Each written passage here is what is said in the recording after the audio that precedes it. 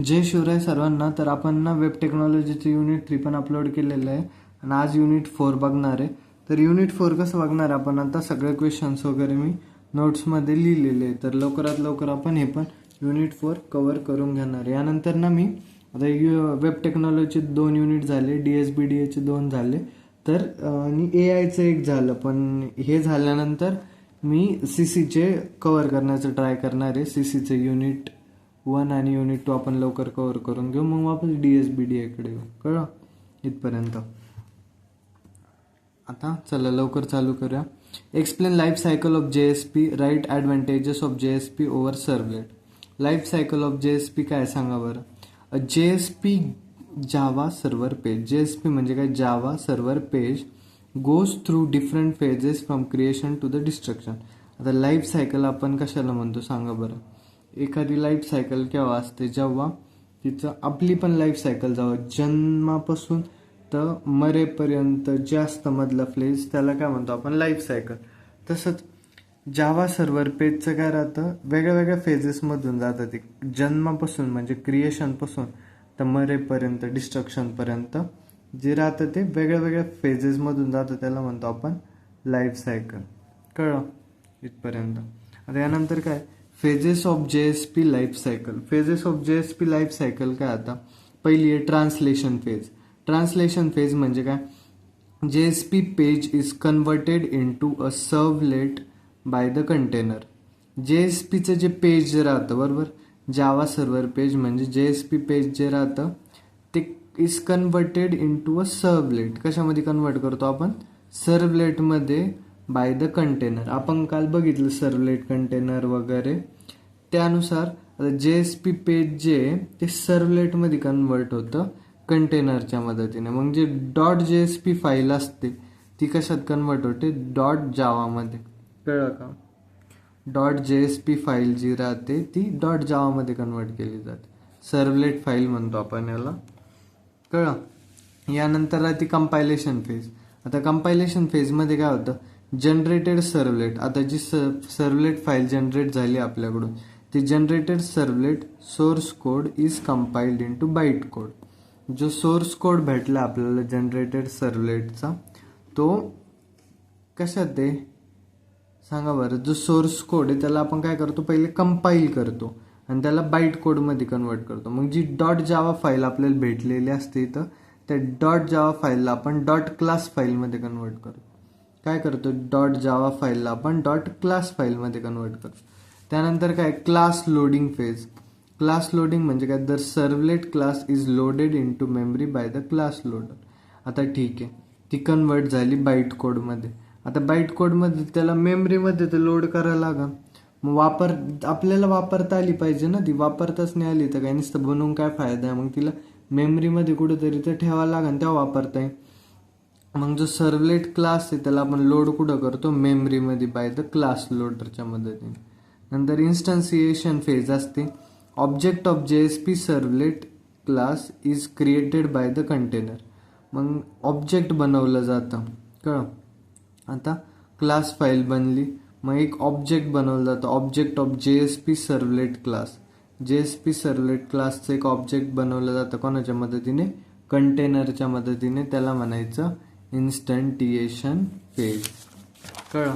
यानंतर काय आता इनिशियलायझेशन फेज. इनिशियलायझेशन फेज म्हणजे काय, JSP इनिट म्हणजे काय, initialization method is called only once. एकदा आपण इनिशियलायझेशन मेथडला कॉल करतो. Use for initialization task like databases connection setup. ते कशासाठी यूज होतं, डेटाबेस कनेक्शन सेटअप आपल्याला करायचं असेल तर त्यासाठी आपण कॉल करतो. कळलं? त्यानंतर रिक्वेस्ट प्रोसेसिंग फेज. आता रिक्वेस्ट प्रोसेसिंग म्हणजे काय, for every client request JSP service method is execute. आता प्रत्येक क्लायंट रिक्वेस्टला JSP सर्व्हिस मेथड एक्झिक्यूट होते. It generates dynamic response to the browser. तर आता प्रत्येक आपल्याकडे रिक्वेस्ट येत राहते बरोबर, मग क्लायंटची रिक्वेस्ट आल्यानंतर JSP सर्व्हिस मेथड ही एक्झिक्यूट होईल. म्हणजे एक डायनॅमिक रिस्पॉन्स, आता ब्राउझरला किती रिस्पॉन्स द्यायचा आहे आपल्याला, ते एक रिस्पॉन्स जनरेट करते. कळलं? यानंतर काय, डिस्ट्रक्शन फेज. आता सगळं झालं आपलं काम करून वगैरे, तर मग आपण काय करणार, डिस्ट्रॉय करणार. JSP destroy method is called before removing JSP from memory. आता तुम्हाला JSP जर का मेमरीमध्ये आहे, आपल्या मेमरीमधून जर का काढून टाकायचं, तर आपण कोणाला कॉल करणार? JSP डिस्ट्रॉयला कॉल करणार. Use to release resources. कशासाठी यूज होतं? रिसोर्सेस रिलीज करण्यासाठी. कळलं इथपर्यंत? आता यानंतर काय? JSP life cycle diagram. आता बघा, JSP पेज होतं आपल्याकडं, ट्रान्सलेशन आपण सर्वलेट सोर्स कोडमध्ये कन्वर्ट केलं, त्याचं कंपायलेशन केलं, सर्वलेट क्लासमध्ये घेतलं, मग त्या क्लासला लोड केलं, मग त्याच्यावरती आपण इन्स्टन्टिएशन इनिट मेथड लावली, नंतर JSP सर्व्हिस केलं आणि JSP डिस्ट्रॉय केलं. कळलं? Life cycle diagram. कळलं का इथपर्यंत? जे आपण तिथं केलं तेच पूर्ण दाखवलेलं आहे. कळलं का? यानंतर काय? आता JSP आणि सर्वलेटमध्ये डिफरन्स बघायचा आपल्याला. काय बघायचंय? JSP आणि सर्वलेटमध्ये डिफरन्स. आता हे JSP काय? Easy to write HTML code. JSP मध्ये काय होतं? Easy to write HTML code. HTML code become lengthy and complex. सर्वलेटमध्ये जो HTML कोड लिहितो आपण, तो एकदम लेंदी बनतो आणि कॉम्प्लेक्स बनतो. कळलं? हे काय? JSP मध्ये suitable for presentation layer. JSP काय? JSP काय? सुटेबल आहे प्रेझेंटेशन लेअरसाठी, आणि सर्वलेट काय? सुटेबल आहे बिझनेस लॉजिकसाठी. कळलं का? इथं काय? JSP मध्ये काय लागतं? लेस कोडिंग लागते, आणि सर्वलेटमध्ये काय लागतं? आपल्याला जास्त कोडिंग लागते. JSP मध्ये काय? इम्प्लिसिट्स ऑब्जेक्ट्स पण अवेलेबल राहतात, आणि इकडं सर्वलेटमध्ये काय? ऑब्जेक्ट्स हे मॅन्युअली क्रिएट करतो आपण. इथं आधी पण अवेलेबल राहतात, पण इथं आपण काय करतो? मॅन्युअली क्रिएट करतो. सपोर्ट JSP टॅग्स आणि नो डायरेक्ट सपोर्ट.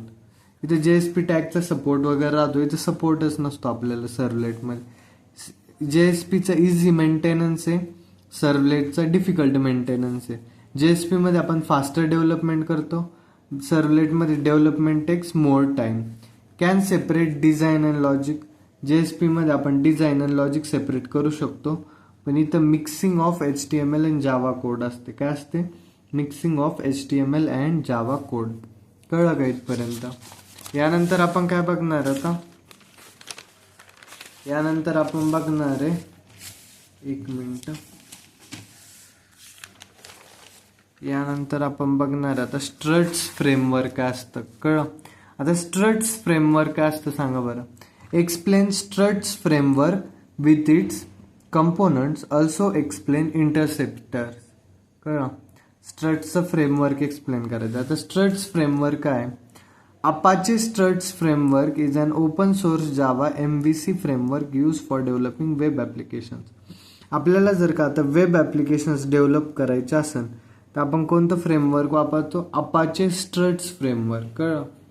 हे काय आहे? स्ट्रट्स एक फ्रेमवर्क आहे, open source Java MVC framework. काय? Open source Java MVC framework. आता MVC म्हणजे काय? मॉडेल व्ह्यू कंट्रोलर फ्रेमवर्क आहे, ज्यांनी आपण कशासाठी यूज करतो? वेब ॲप्लिकेशन्स डेव्हलप करण्यासाठी. It helps in separating. आता MVC स्ट्रट्स फ्रेमवर्क वगैरे आपल्याला काय करतं? मदत करतं सेपरेट करण्यासाठी. बिझनेस लॉजिकला सेपरेट करतं, प्रेझेंटेशन लॉजिकला सेपरेट करतं, आणि कंट्रोल लॉजिकला पण सेपरेट करण्यासाठी मदत करतं आपल्याला. कळलं इथपर्यंत? काय करतं? बिझनेस लॉजिकला सेपरेट करतं, प्रेझेंटेशन लॉजिकला पण सेपरेट करतं, आणि कंट्रोल लॉजिकला सेपरेट करतं. कंपोनंट्स ऑफ स्ट्रट्स फ्रेमवर्क काय? आता पहिलं आहे मॉडेल. MVC बघितलं होतं ना आपण. काय? MVC फ्रेमवर्क आहे, मॉडेल व्ह्यू कंट्रोलर. मग पहिले काय येतं? मॉडेल, नंतर व्ह्यू, नंतर कंट्रोलर. आता पहिले आहे मॉडेल. मॉडेलमध्ये काय राहतं? आपल्याला काय करायचं आहे? बिझनेस लॉजिक, प्रेझेंटेशन लॉजिक आणि कंट्रोल लॉजिक सेपरेट करायचं. मग मॉडेलमध्ये काय आलं आता? यामध्ये बिझनेस लॉजिक असतं. कळलं? बिझनेस लॉजिक असतं ते डेटाबेस सोबत इंटरॅक्ट करतं. जावा बीन्स, DO क्लासेस हे झाले एक्झाम्पल. कळलं? त्यानंतर काय? व्ह्यूमध्ये व्ह्यू काय करतं? आउटपुट डिस्प्ले करतं युजरला. व्ह्यूवरूनच कळतं आपल्याला व्ह्यू काय करतं? आउटपुट डिस्प्ले करतं युजरला. Created using JSP HTML struts track. कळलं? हे कशाच्या मदतीने क्रिएट होतं? JSP HTML आणि स्ट्रट्स ट्रॅकच्या मदतीने. लॉजिक पेज आणि रजिस्ट्रेशन पेज असतं. व्ह्यूमध्ये काय असतं? लॉजिक पेज आणि रजिस्ट्रेशन पेज असतं. कंट्रोलरमध्ये काय, रिसिव्ह युजर रिक्वेस्ट. कंट्रोलर काय करतं, रिसिव्ह करतं युजरची रिक्वेस्टला. आता बघा काय करतं, यांनी बिझनेस लॉजिक वगैरे डेव्हलप केलं, डेटाबेस सोबत इंटरॅक्ट करतं, कळलं. त्यानंतर काय, व्ह्यू काय करतं, डिस्प्ले करतं आउटपुटला. आणि कंट्रोलर काय करतं, युजरची रिक्वेस्ट रिसिव्ह करीन आणि send request to proper action class. Receive आणि सेंड करण्यासाठी यूज होतं, रिक्वेस्ट रिसिव्ह करण्यासाठी आणि रिस्पॉन्स सेंड करण्यासाठी. कळलं का इथपर्यंत. मॉडेल, व्ह्यू, कंट्रोलर झालं. आता यानंतर काय आपलं ॲक्शन क्लास. ॲक्शन क्लास काय, आता बघा यांनी काय केलं, सेंड्स हे कुठं रिक्वेस्ट रिसिव्ह केली यांनी कंट्रोलरने, ती रिक्वेस्ट कुठं पाठवली, ॲक्शन क्लासकडे पाठवली. कळलं, जी रिक्वेस्ट आली ती रिक्वेस्ट रिसिव्ह केली आणि ती ॲक्शन क्लासकडे पाठवली. मग आता ॲक्शन क्लास काय करणार आहे, त्या रिक्वेस्टला प्रोसेस करीन. काय करीन, त्या रिक्वेस्टला प्रोसेस करण्याचं काम करतं आणि त्यामध्ये काय राहतं, ॲप्लिकेशन लॉजिक वगैरे राहतं. कळलं. कन्फिग्युरेशन फाईल काय करते, स्टोर्स ॲक्शन मॅपिंग. आता ॲक्शन मॅपिंग म्हणजे काय, समजा ह्या ॲक्शनवरती काय करायचं, समजा हे इनपुट आलं किंवा ही रिक्वेस्ट आली, त्यावरती ही ॲक्शन घ्यायची. समजा असतं 1 नंबरची रिक्वेस्ट आली तर ॲक्शन 1 घ्यायची, 2 नंबरची रिक्वेस्ट आली तर ॲक्शन 2 घ्यायची. कळलं, हे मॅपिंग करतो आपण असं, 1 नंबरवरती हा, 2 नंबरवरती हे. कळलं का, ॲक्शन मॅपिंग असं स्टोअर करतं हे. Decide which page should open after processing. जेव्हा प्रोसेसिंग कम्प्लीट होते सगळ्या गोष्टी, तेव्हा समजा पहिली रिक्वेस्ट आली तर हे पेज ओपन व्हायला पाहिजे, दुसरी रिक्वेस्ट आली तर हे पेज, म्हणजे ही मॅपिंग स्टोअर करतं ते. कळलं का तुम्हाला. यानंतर काय, आता व्हॅल्यू स्टॅक. व्हॅल्यू स्टॅक काय आलं तर टेम्पररी स्टोअर करतं डेटाला. काय करतं, टेम्पररी डेटा स्टोअर करतं. Transfer data between action and JSP page. कळलं, हे काय करण्याचं काम करतं, ट्रान्सफर करतं डेटाला ॲक्शन आणि JSP पेजमध्ये. कळलं, डेटा टेम्पररी स्टोअर करतं, ट्रान्सफर करतं डेटाला ॲक्शन आणि JSP पेजमध्ये. आता बरं का, स्ट्रक्स फ्रेमवर्क कसं काम करतं, युजर रिक्वेस्ट आली ती कुठं जाते, कंट्रोलरकडं.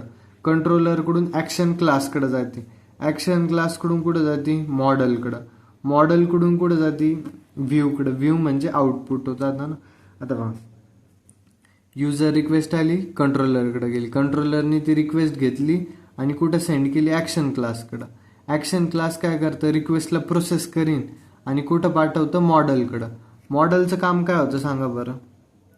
मॉडेलचं काम काय होतं, बिझनेस लॉजिक वगैरे सेपरेट करायचं. मग मॉडेलकडे गेली, मॉडेलनी कुठं पाठवली, व्ह्यूकडं. व्ह्यूचं काम काय होतं, आउटपुट करणं. आउटपुट केलं मग रिस्पॉन्स कोणाला भेटला, युजरला. कळलं का स्ट्रट्स फ्रेमवर्क इथपर्यंत. स्ट्रट्स आर्किटेक्चर काय, आता बघा स्ट्रट्स आर्किटेक्चर काय, स्ट्रट्स फॉलोज MVC आर्किटेक्चरला फॉलो करतं ते. मग काय राहतं, पहिले युजर, मग जावा सर्व्हर पेजकडे जातं, मग कंट्रोलरकडे जातं, कंट्रोलरकडून कुठे जातं, ॲक्शन क्लासकडं, ॲक्शन क्लासकडून कुठे जातं, बिझनेस लॉजिक किंवा मॉडेलकडं, मॉडेलकडून डेटाबेस आणि डेटाबेसकडून रिझल्ट पेज म्हणजे JSP. कळलं वापस. हे झालं स्ट्रट्सचं आर्किटेक्चर. आता बघा, युजरनी काय केली, रिक्वेस्ट सेंड केली ब्राउझरनं, ब्राउझर प्रश्न रिक्वेस्ट सेंड केली. रिक्वेस्ट कुठं जाईन, फिल्टर डिस्पॅचर म्हणजे कंट्रोलरकडे जाईन. युजरनी रिक्वेस्ट सेंड केली ती कुठं जाईन, फिल्टर डिस्पॅचर कंट्रोलरकडे जाईन. कळलं. त्यानंतर काय, आता controller calls appropriate action class. कंट्रोलरकडे काय राहतं, ॲप्रोप्रिएट ॲक्शन क्लासला कॉल करेन. मग कंट्रोलरनी कोणाला कॉल केलं, ॲक्शन क्लासला कॉल केलं. ॲक्शन क्लास काय करीन, इंटरॅक्ट करीन विथ मॉडेल किंवा मग business logic. Action class model किंवा बिझनेस लॉजिक सोबत इंटरॅक्ट करा.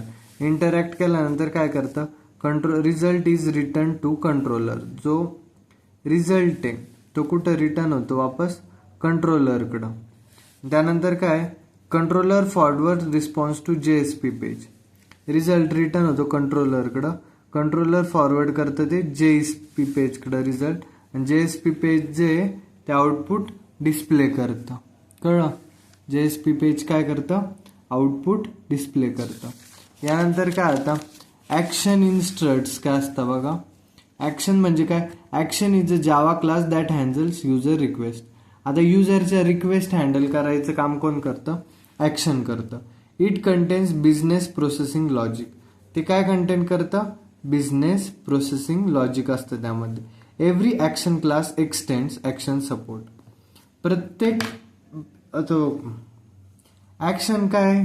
एक जावा क्लास आहे जो युजरची रिक्वेस्ट हँडल करतो आणि बिझनेस प्रोसेसिंग लॉजिक असतं त्यामध्ये.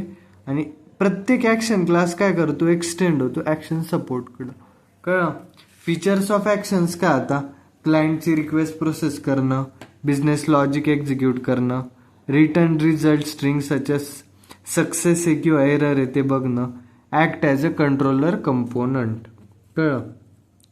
कंट्रोलरचा कंपोनंट म्हणून पण ऍक्ट करतं. आता हे झालं. आता बघा लॉजिक ऍक्शन जे एक्सटेंड करतं ऍक्शन ग्रुपला.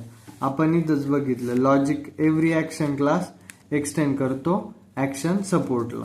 तेच ऍक्शन सपोर्टला. Logic log in action extend करतं ऍक्शन सपोर्टला. कळलं? एक्झिक्यूट होते स्ट्रिंग आणि रिटर्न करते सक्सेस आहे का फेल आहे वगैरे. एक्सेप्शन हँडलिंग मध्ये काय? Struts provides centralize exception handling using exception mapping. Struts काय प्रोव्हाइड करतं? सेंट्रलाइज एक्सेप्शन हँडलिंग प्रोव्हाइड करतं आपल्याला एक्सेप्शन मॅपिंगच्या मदतीने. If an exception occur Struts redirect user to specified error page. आता समजा एखादं एरर आलं तर ते काय करतं? आपल्याला एखादं एक्सेप्शन आलं वगैरे ते डायरेक्ट एरर पेजला रिडायरेक्ट करतं. पहिलेच मॅप केलेलं राहतं आपण एरर पेज. मग समजा एखादं एरर 1 आलं तर त्याला हे पेज ओपन करायचं, एरर 2 आलं तर हे पेज ओपन करायचं, लगेच ते पेज ओपन होतं. ॲडव्हान्टेजेस काय? मग इझी एरर मॅनेजमेंट असतं, युजर फ्रेंडली एरर मेसेजेस असतात, रिड्युसेस ॲप्लिकेशन क्रॅश चान्सेस. कळलं? यानंतर काय? आता यानंतर काय? आता इंटरसेप्टर्स इन स्ट्रट्स काय असतं? इंटरसेप्टर्स म्हणजे काय? इंटरसेप्टर्स आर स्पेशल प्रोग्राम्स असतात that execute before or after action class execution. आता याचं कसं? समजा एखाद्या मूवीला गेले तुम्ही, मूवीच्या बाहेर गेटवरती एखादा सिक्युरिटी गार्ड असतो जो की तुमचे तिकीट चेक करन वगैरे, तुम्ही बॅगेत काही आणलं तर नाही ना हे सगळं चेक करतो, बरोबर. मग इंटरसेप्टर तेच राहतं, are special program that execute before or after action class execution. आता समजा तू ऍक्शन क्लास म्हणजे काय? तुमची मूवी धरा, मूवीला चालले. आता मूवी बघण्याच्या आधी तो काय करेन? चेक करेन पहिले आणि नंतर, बरोबर. मग त्याला म्हणायचं interceptors. They are use for common task like ते व्हॅलिडेशनसाठी बघन, ऑथेंटिकेशन म्हणजे तुमचं जे तिकीट आहे ते व्हॅलिड आहे का नाही बघन, ऑथेंटिकेशन तुम्हाला चेक करीन, logging, file upload, exception handling, या सगळ्या गोष्टी कशाच्या पहिले परफॉर्म होईल? ऍक्शन क्लासच्या एक्झिक्युशनच्या आधी, म्हणजे पिक्चर बघण्याच्या आधी या सगळ्या गोष्टी तुमच्या चेक केल्या जाईल. वर्किंग ऑफ इंटरसेप्टर्स कसं आहे? पहिले रिक्वेस्ट करतं, मग इंटरसेप्टर्स, मग ऍक्शन क्लास, मग रिस्पॉन्स. ऍक्शन क्लासच्या एक्झिक्यूट होण्याच्या आधी काय येतं? इंटरसेप्टर्स येतात. कळलं का? पिक्चर बघण्याच्या आधी ऍक्शन क्लासच्या आधी काय राहील? Security guard. Interceptor checks or process the request before sending it to action class. Interceptor काय करतं? चेक करतं रिक्वेस्टला, ऍक्शन क्लासकडे पाठवण्याच्या आधी काय करीन? चेक करीन तिकीट वगैरे बरोबर आहे की नाही. मग आता कॉमन इंटरसेप्टर्स काय असतात? पॅरम्स असतं म्हणजे गेट रिक्वेस्ट पॅरामीटर, व्हॅलिडेशन असतं म्हणजे check user input, file upload एक असतं म्हणजे अपलोड करणं फाईलला, एक्सेप्शन काय असतं? हँडल्स एरर, आणि लॉगर काय असतं? Creates logs. कळलं? एक लॉगर असतं जे की लॉग्स क्रिएट करतं, एक एक्सेप्शन असतं जे की हँडल करतं एरर, फाईल अपलोड वगैरे ह्या सगळ्या गोष्टी असतात. यानंतर काय? आता बघा, यानंतर आपण बघणार आहे काय? बघणार आहे सांगा बरं.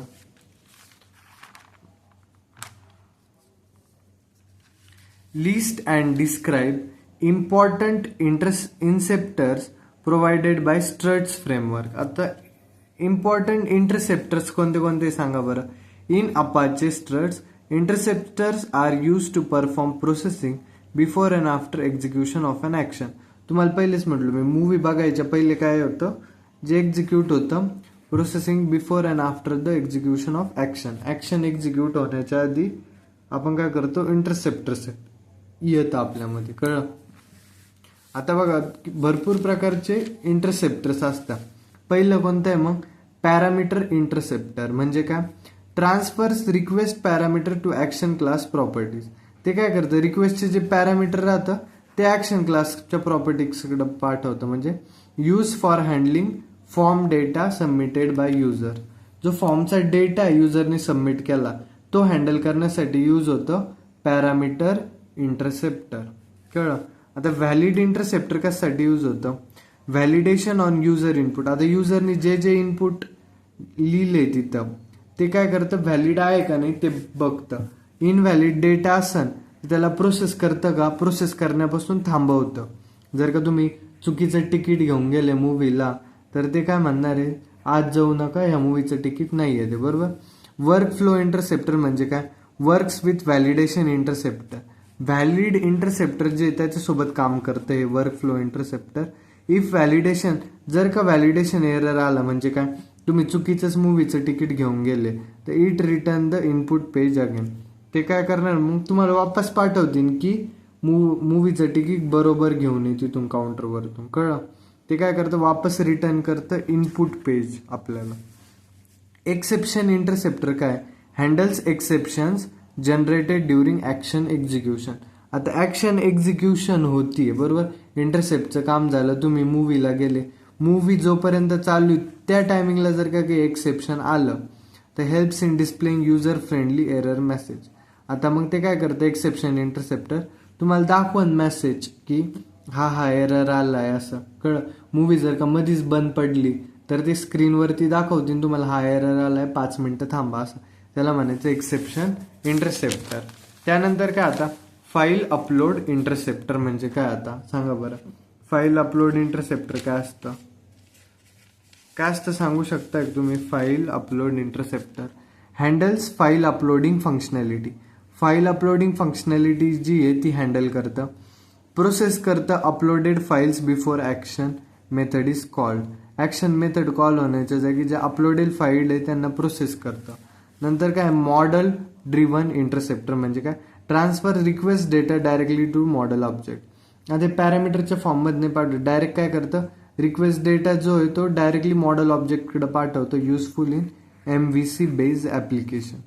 टोकन इंटरसेप्टर काय, प्रिव्हेंट डुप्लिकेट फॉर्म सबमिशन. आता एखादा फॉर्म जर का तुम्ही डबल सबमिट करताय तर ते सबमिट होऊन नाही देणार. Useful in online transaction and registration forms.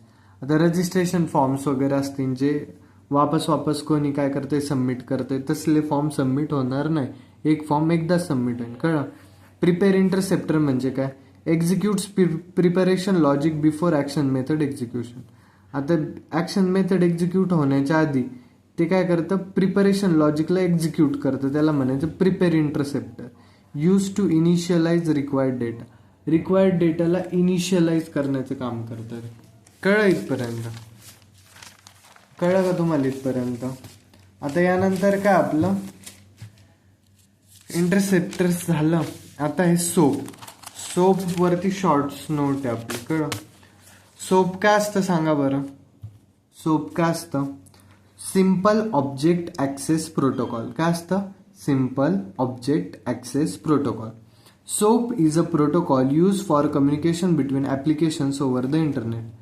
इंटरनेटवरती आपल्याला जर का कम्युनिकेशन करायचं असेल ऍप्लिकेशनच्या मध्ये तर SOAP वापरलं जातं. काय वापरलं जातं, SOAP काय असा एक प्रोटोकॉल आहे जो की यूज केला जातो for communication between applications over the internet. It helps different application exchange data in XML format.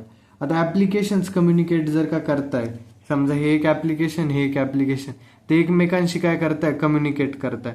मग ते काय करतं, हेल्प करतं ह्या ऍप्लिकेशनला डेटा पाठवीन.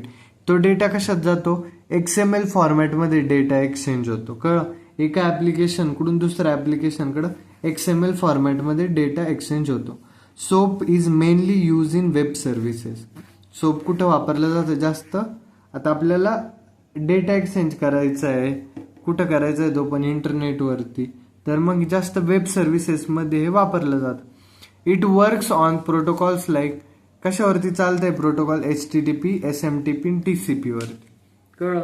कोणत्या कोणत्या प्रोटोकॉल्सवरती काम करतं हे HTTP, SMTP आणि TCP. फीचर्स ऑफ सोप काय सांगा बरं. युजेस XML फॉर मेसेजसाठी XML वापरतं. Supports communication between the heterogeneous systems.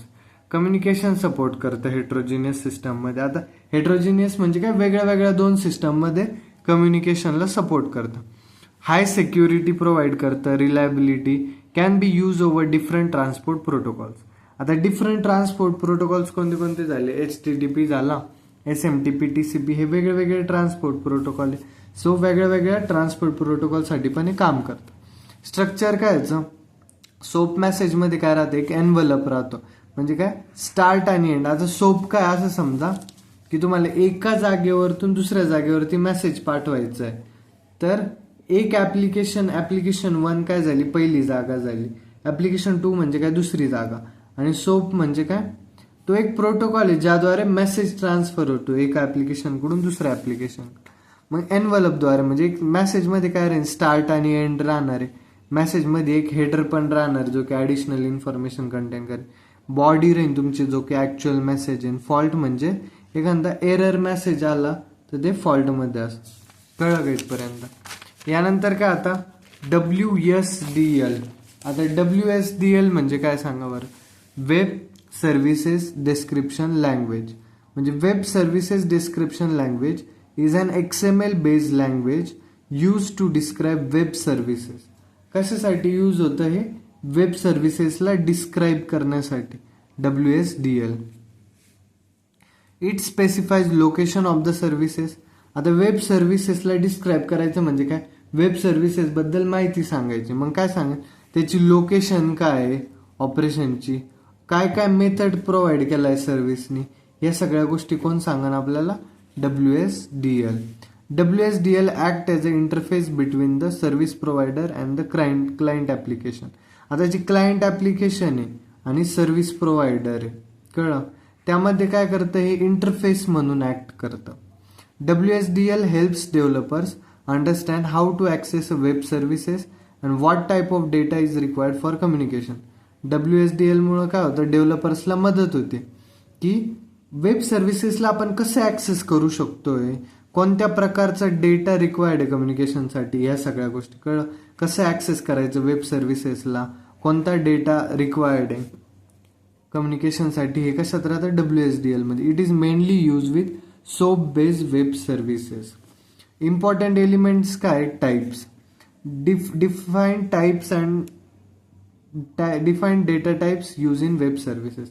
Types काय सांगता आपल्याला की कोणत्या कोणत्या डेटा टाइप्स यूज केलेले. मेसेज काय सांगतं, इनपुट आणि आउटपुट मेसेज असतो एक. पोर्ट टाइप काय राहतं, defines operations provided by the service.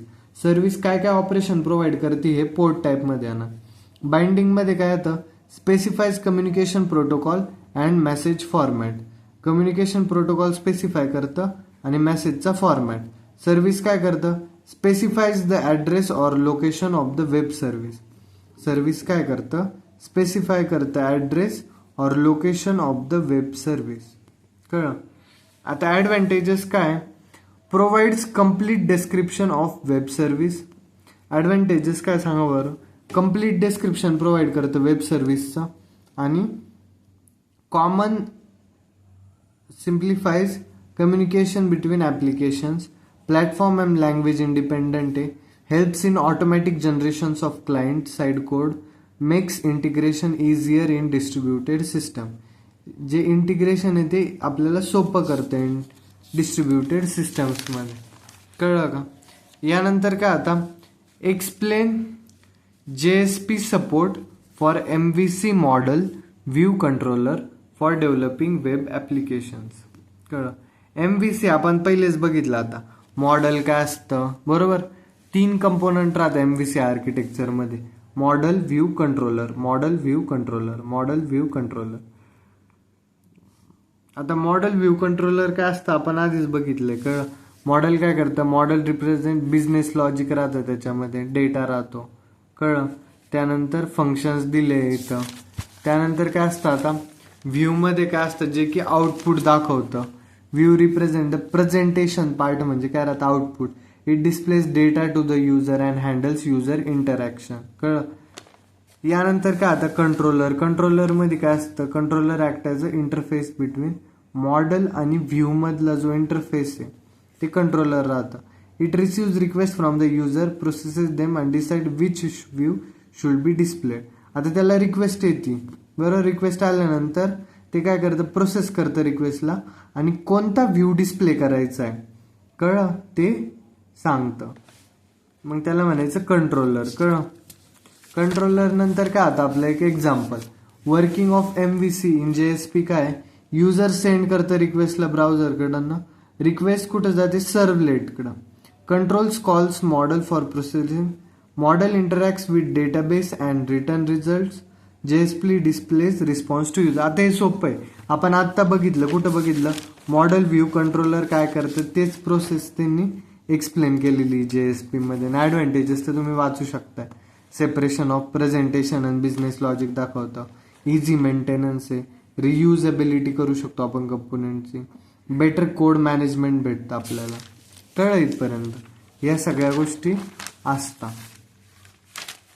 कळलं का इथपर्यंत. आता यानंतर काय सांगा बरं, इथपर्यंत तर बघितलं आपण, आता एकदम इझी होतं इथपर्यंत. कळलं इथपर्यंत आपलं झालेलं आहे. आता write a JSP program to demonstrate use of page directive, scriptlet, expression and comment. काय करायचंय, एक JSP प्रोग्राम लिहायचं आपल्याला. काय करायचंय, यूज ऑफ म्हणजे पेज डिरेक्टिव्ह, स्क्रिप्टलेट, एक्सप्रेशन हे सगळं त्यामध्ये दाखवायचंय. आपण काय केलं, एक प्रोग्राम लिहिला बरोबर, JSP प्रोग्राम लिहिला, त्यामध्ये ह्या सगळ्या गोष्टी दाखवल्या. पेज डिरेक्टिव्ह काय असतं, स्क्रिप्टलेट काय असतं, एक्सप्रेशन काय असतं, कॉमेंट काय असतं. कळलं. बघा आता पेज डिरेक्टिव्ह म्हणजे पेज लँग्वेज लिहिली, जावा, कंटेंट टाईप लिहिला, त्यानंतर HTML मध्ये बॉडी वगैरे टॅग, स्ट्रिंग नेम हे आपण डिफाईन केलं बरोबर. आता पहिली गोष्ट काय सांगितली आपल्याला, पेज डिरेक्टिव्ह काय असतं. मग पेज डिरेक्टिव्ह काय, यामध्ये पेज लँग्वेज आपण जावा दाखवली, कंटेंट टाईप हा टेक्स्ट HTML दाखवला. मग पेज डिरेक्टिव्ह कशासाठी यूज होतं, use to provide info about, तुम्हाला जर का JSP पेज आहे त्याबद्दल इन्फॉर्मेशन पाहिजे असेल तर ते कोण दाखवून तुम्हाला, पेज डिरेक्टिव्ह. पेज डिरेक्टिव्ह काय इन्फॉर्मेशन सांगतं की कोणती लँग्वेज यूज केली तुम्ही आणि तुमचा कॉन्टेंट टाईप काय बरोबर. आता ही लाईन कुठे आहे बघा बरं, आपल्याला काय दिसतंय, लँग्वेज कोणती यूज केली आपण, जावा, कॉन्टेंट टाईप काय, टेक्स्टमध्ये HTML टेक्स्ट आहे. कळलं इथपर्यंत. आता हे झालं पेज डिरेक्टिव्ह. आता स्क्रिप्टलेट टॅग काय असतं, स्ट्रिंग नेम आपण सुशील दाखवलं, तर मग स्क्रिप्टलेट टॅग कशासाठी यूज होतं बघा. स्क्रिप्टलेट टॅग मध्ये काय होतं, use to write Java code inside JSP बरोबर. जावा सर्व्हर पेजमध्ये जर का आपल्याला कोड लिहायचा आहे जावाचा, त्यासाठी ते मदत करतं. आणि एक्झिक्युटेड होईन जावा सर्व्हर पेज रन्स, जावा सर्व्हर पेज जेव्हा रन होईल तेव्हा ते रन होईल. आता बघा आपण काय केलं, जावा सर्व्हर पेजमध्ये काय केलं, कोड लिहिला, स्ट्रिंग नेम सुशील लिहिलं बरोबर. मग हे काय होणार आहे, जेव्हा हा पेज रन होईल तेव्हा हा कोड काय होईल, एक्झिक्यूट होईल. कळलं का. ते कशामध्ये येतं, स्क्रिप्टलेट टॅगमध्ये. आता एक्सप्रेशन टॅगमध्ये काय होतं, आपण नेम डिफाईन केलं, use to display output directly on browser. हे कशासाठी यूज होतं, नेम तुम्हाला डायरेक्टली ब्राउझरवरती दिसन, converts value into string automatically. जी व्हॅल्यू आहे त्याला ऑटोमॅटिकली स्ट्रिंगमध्ये कन्वर्ट करतं आणि ते आपल्याला डिस्प्ले होते. JSP कॉमेंट काय असतं, कॉमेंट असतं use for comments in JSP not visible in browser output. कळलं. आता कॉमेंट कुठे आहे, एक्सप्रेशन टॅग कुठे आहे सांगा बरं. हा झाला एक्सप्रेशन टॅग आणि हे काय झाले, कडले कॉमेंट्स झाले, हे कॉमेंट झालं, हे कॉमेंट झालं. कळलं का. त्यानंतर काय, आता हे तर झालं बरोबर ह्या सगळ्या गोष्टी. आता यानंतर काय, बेनिफिट्स आपल्याला काय बघायचे. आता write the benefits of web services and explain soap, rest and UDDI. कळलं. बेनिफिट्स ऑफ वेब सर्व्हिसेस काय सांगा बरं. Web services and software components use for communication between different applications over the internet. Web services ज्या राहत्या काय राहता, आता समजा दोन ॲप्लिकेशन आहे बरोबर, ॲप्लिकेशन 1, ॲप्लिकेशन 2. त्यामध्ये तुम्हाला जर का कम्युनिकेशन करायचं असेल त्यासाठी काय यूज होतं, web services. They allow data exchange between systems develop in different programming language and platform.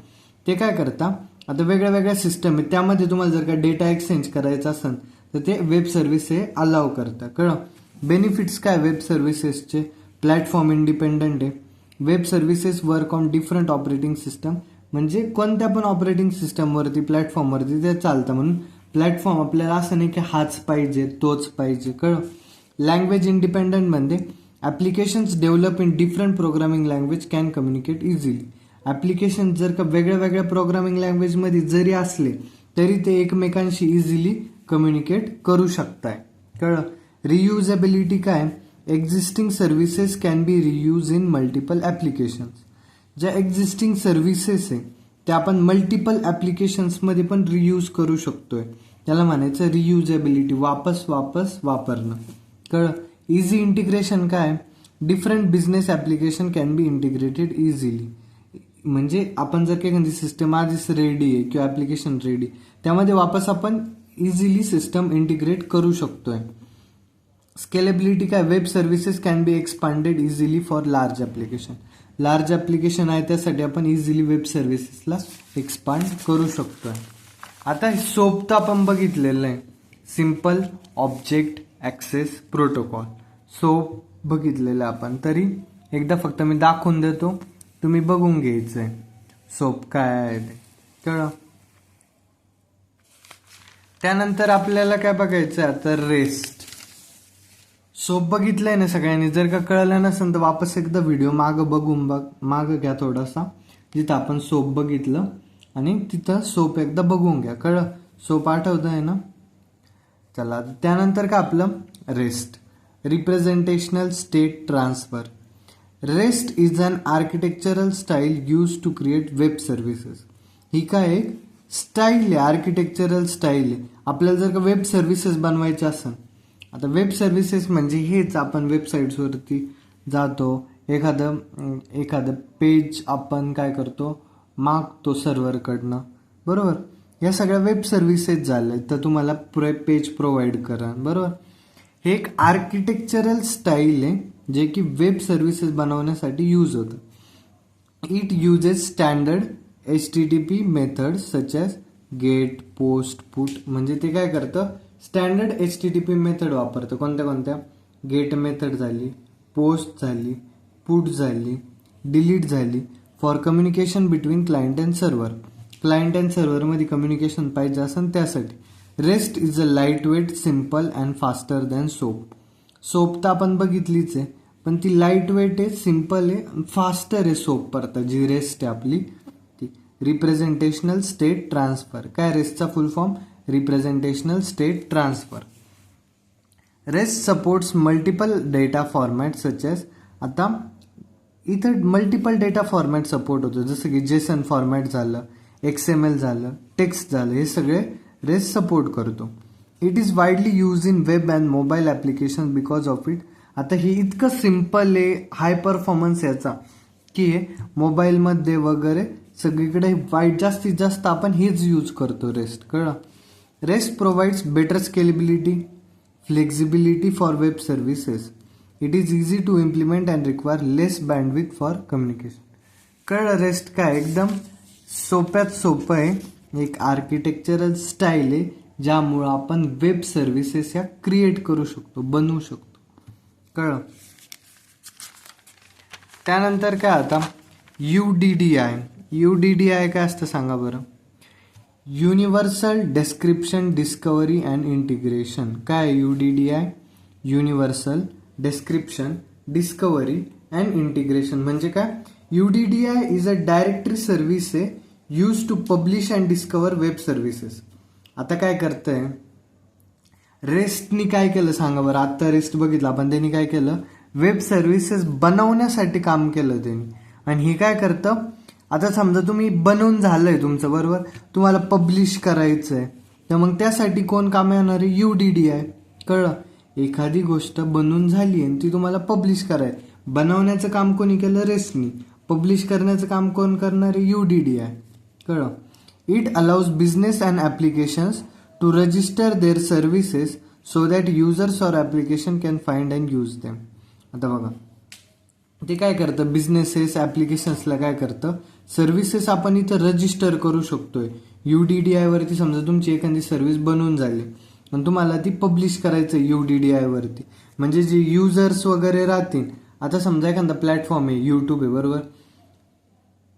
यूट्यूबवरती मी व्हिडिओ बनवला आणि यूट्यूबवरती पब्लिश केला. का बरं पब्लिश केला यूट्यूबवरती व्हिडिओ? कारण तुम्ही तो व्हिडिओ बघू शकताय. तसंच रेस्टनी काय केला, तो व्हिडिओ बनवला, कुठं पब्लिश केला, UDDI वरती. UDDI वरती का बरं पब्लिश केला? कारण की युजर्स तो व्हिडिओ तिथं, युजर्स ते ॲप्लिकेशन जे असतात बिझनेस ॲप्लिकेशन तिथं बघू शकताय. कळलं? UDDI acts like a registry where services providers publish information about their services. म्हणजे मी एखादी सर्व्हिस प्रोव्हाइड करतोय तर ती तुमच्यापर्यंत कसं काय पोहोचणार? मी UDDI वरती तिला रजिस्टर करेन. रजिस्टर केल्यानंतर तुम्ही तिथं बघू शकता. कळलं? आता मला समजा मी एखादं प्रोडक्ट विकतोय, मग ते तुमच्यापर्यंत कसं पोहोचणार? समजा मी बॉटल विकतोय, वॉटर बॉटल्स बरोबर. ते तुमच्यापर्यंत कसं पोहोचणार? मग मी त्याला मिशोवरती रजिस्टर करेन, मी त्याला फ्लिपकार्टवरती ठेवन, मी त्याला ॲमेझॉनवरती ठेवन, तेव्हाच तर ते तुमच्यापर्यंत पोहोचन. तसंच एक UDDI आहे ज्याच्यावरती तुम्ही काय करता, सर्व्हिसेस रजिस्टर करता आणि ते युजरपर्यंत पोहोचता. It store services details such as name दाखवतं, ते डिस्क्रिप्शन, ॲक्सेस इन्फॉर्मेशन. आता बॉटल तर मी ठेवली समजा फ्लिपकार्टवरती रजिस्टर केली बरं, मग एक बॉटलचं नाव राहीन, बॉटलबद्दल माहिती राहीन, बॉटलची ॲक्सेस इन्फॉर्मेशन राहीन. कळलं? UDDI simplifies the process of service discovery and helps in integration between different business systems. It also supports easy management and sharing of web services. ते कशाला सपोर्ट करते? एकदम इझी मॅनेजमेंट आणि शेअरिंग ऑफ वेब सर्व्हिसेस तुम्ही share करू शकताय. कळलं? UDDI काय असतं, रेस्ट काय असतं? रेस्ट बनवण्यासाठी काम होतं, UDDI हे पब्लिश करण्यासाठी. यानंतर काय आहे, आता JSP लाईफ सायकल. आणि JSP लाईफ सायकल तर आपण आधी बघितलं, इथं फक्त आपण डिफरन्शिएट JSP आणि सर्व्हलेट बघणार बरोबर. JSP काय असतं? JSP stands for Java server page, आणि सर्व्हलेट हा काय एक जावाचा क्लास आहे जो की वेब ॲप्लिकेशनसाठी यूज होतो. काय? जावाचा क्लास आहे जो की वेब ॲप्लिकेशनसाठी यूज होतो. Mainly use for presentation layer. Java server page कशासाठी यूज होतं? प्रेझेंटेशन लेअरसाठी. आणि हे बिझनेस लॉजिक आणि कंट्रोलर टास्कसाठी यूज होतं. कळलं? HTML JSP मध्ये काय असतं? HTML कोड हा easy to write in JSP राहतो. बट सर्व्हलेटमध्ये जर का तुम्हाला HTML कोड लिहायचा असेल तर तो काय जातो? डिफिकल्ट जातो. JSP is converted into servlet internally. JSP ला जर का तुम्हाला सर्व्हलेटमध्ये कन्वर्ट करायचं असेल तर ते इंटरनली कन्वर्ट होऊन जातं. But servlet directly executes on server. Servlet हे काय होतं? डायरेक्टली एक्झिक्यूट होतं सर्व्हरवरती. एक्सटेन्शन काय याच्यासाठी? .JSP. याच्यासाठी काय? .java सर्व्हलेटसाठी. यामध्ये काय JSP मध्ये इम्प्लिसिट ऑब्जेक्ट्स अवेलेबल आहे आणि इकडं ऑब्जेक्ट्स हे मॅन्युअली बनावं लागतं आपल्याला. Easier for web page design, better for the request processing. JSP servlet आपण लेक्चरच्या स्टार्टिंगलाच बघितलेलं आहे. या गोष्टी डिफरन्स तुम्ही इझिली लिहू शकताय. कळलं? यानंतर काय आता, explain the concept of web services and explain in brief WSDL and soap. कळलं? WSDL आपण बघितलंय, सोप बघितलंय. आपण फक्त काय बघणार आता? Concept of web services. A web service is a software component that allow different application to communicate. Web services बघितलं काय करतं वेब सर्व्हिसेस? वेगळे वेगळे ॲप्लिकेशन असतात त्यांना कम्युनिकेट करायचं असं बरोबर एकमेकांशी, तर ते कशाच्या मदतीने होतं? वेब सर्व्हिसेसच्या मदतीने. ते डेटा एक्सचेंज करू शकताय. स्टँडर्ड प्रोटोकॉल यूज होता डेटा एक्सचेंजसाठी. ते काय करतं? It enables interaction between applications develop in different programming language. आता ॲप्लिकेशन ही वेगळ्या वेगळ्या प्रोग्रामिंग लँग्वेजमध्ये जरी असले, एक जावामध्ये, एक HTML म्हणजे वेगळ्या वेगळ्या कोणत्या पण प्रोग्रामिंग लँग्वेजमध्ये, तरी पण ते एकमेकांशी इंटरॅक्ट करू शकताय. आता वेब सर्व्हिसेस काय करतात? मेनली HTTP प्रोटोकॉल वापरता, XML फॉर्मॅट वापरता, सोप आणि WSDL स्टँडर्ड्स वापरतात. हे काय फीचर्स काय जे प्लॅटफॉर्म इंडिपेंडंट आहे, प्लॅटफॉर्म कोणता पण असला तरी चालतं, लँग्वेज कोणती असली तरी चालतं, रियुजेबल आहे, सपोर्ट करतं कम्युनिकेशनला आणि स्टँडर्ड प्रोटोकॉलचा यूज करतं. कळलं. यानंतर काय आता आर्किटेक्चर ऑफ वेब सर्व्हिसेस. आता आर्किटेक्चर काय वेब सर्व्हिसेसचं, एक क्लायंट ॲप्लिकेशन आहे, त्यांनी रिक्वेस्ट केली किंवा मग रिस्पॉन्स, ते कोण जाईन HTTP द्वारे वेब सर्व्हिसेस आणि डेटाबेसकडं. आता बघा, client send request to web services, क्लायंटनी कुठं रिक्वेस्ट पाठवली वेब सर्व्हिसेसकडं, वेब सर्व्हिसनी ती रिक्वेस्ट काय केली, प्रोसेस केली ती रिक्वेस्ट, आणि service interacts with database if needed. Service काय करन मग इंटरॅक्ट करन डेटाबेस सोबत जर का गरज असली तर. क्लायंटनी रिक्वेस्ट पाठवली HTTP द्वारे वेब सर्व्हिसला, आणि वेब सर्व्हिस काय करन डेटाबेस सोबत इंटरॅक्ट करन जर गरज असली तर, नाही तर मग नाही करणार. आणि रिस्पॉन्स कशाच्या मदतीने पाठवून क्लायंटला XML किंवा JSON फॉर्मॅटमध्ये. आता डेटाबेस आहे वेब सर्व्हिसेस आहे रिस्पॉन्स पाठवून क्लायंटला JSON किंवा XML फॉर्मॅटमध्ये. कळलं. आता ॲनालॉजी काय, JSP आणि सर्व्हलेट नेमकी आहे काय, कळतं का तुम्हाला. JSP काय असू शकतंय, सर्व्हलेट काय असू शकतं. आपण भरपूर वेळा बघितलं JSP, Java server page servlet, पण ते नेमकी आहे काय ते बघणार. JSP and servlet are both use for Java web application development. JSP आणि सर्व्हलेट कशासाठी यूज होतं, जावा वेब ॲप्लिकेशन आपल्याला जर का डेव्हलप करायचं आहे ते आपण JSP आणि सर्व्हलेट वापरलं. सर्व्हलेट हँडल करतं request processing and business logic. Servlet काय हँडल करतं, रिक्वेस्ट प्रोसेसिंग अँड बिझनेस लॉजिकला सर्व्हलेट हँडल करतं. JSP handles presentation and display part. Servlet काय हँडल करतं, एखादी रिक्वेस्ट प्रोसेस करायची आहे किंवा मग बिझनेस लॉजिक आहे ते काम सर्व्हलेटकडं. JSP काय करेन, प्रेझेंटेशन असन डिस्प्ले असन ते JSPकडं. आत्ताच यांचे काम आपल्याला पाठ करून घ्यायचे. काय करतं सर्व्हलेट, हँडल करतं रिक्वेस्टला आणि बिझनेस लॉजिकला. रिक्वेस्ट प्रोसेसिंग असन बिझनेस लॉजिक असन ते हँडल करण्याचं काम कोण करतं, सर्व्हलेट. आणि JSPचं काम काय, जावा सर्व्हर पेजचं प्रेझेंटेशनला हँडल करणं आणि डिस्प्ले पार्टला. Java server page is internally converted into servlet by the server. सर्व्हरच्या मदतीने काय होतं, जावा सर्व्हर पेजला आपण इंटरनली कन्व्हर्ट करू शकतोय सर्व्हलेटमध्ये. आता रिअल लाईफ ॲनालॉजी काय, एखाद्या हॉटेलचं एक्झाम्पल घेऊ. हॉटेलमध्ये काय आपण सर्व्हलेटला कोण ठेवलं, शेफ ठेवलं. शेफ म्हणजे कोण, ज्या हॉटेलमधले सगळे पदार्थ ज्या भाज्या असतील त्या बनवतो तो कोण झाला, सर्व्हलेट. सर्व्हलेट काय करतो मग, chef prepares food based on customer order.